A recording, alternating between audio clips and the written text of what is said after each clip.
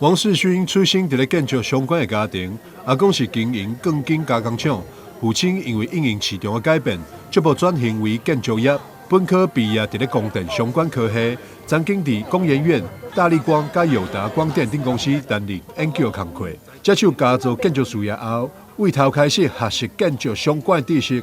伊坦言，初期面临袂少挑战，好在因为研究员训练甲态度，渐渐摸出成绩。伫加入协会大家庭后，透过协会课程、讲座甲参访等相关资源。嘛，互伊为当中学习真济，谦虚诚恳、持续学习态度，也互王世勋得到业界前辈认同甲肯定。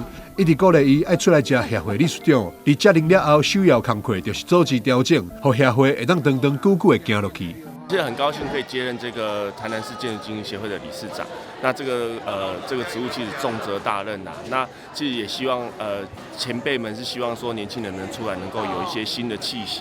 那我其实想要做理事长的第一个，其实就是组织内部要做调整，才能够让这个组织能够长长久久的走下去。讲到建筑奖项，台北未来居、台中有大师讲座、高雄原演讲。王世勋希望会当伫年内推动专属台湾的建经特色活动。比如说台中有大师讲座，台北有一个未来居，那高雄有原野讲。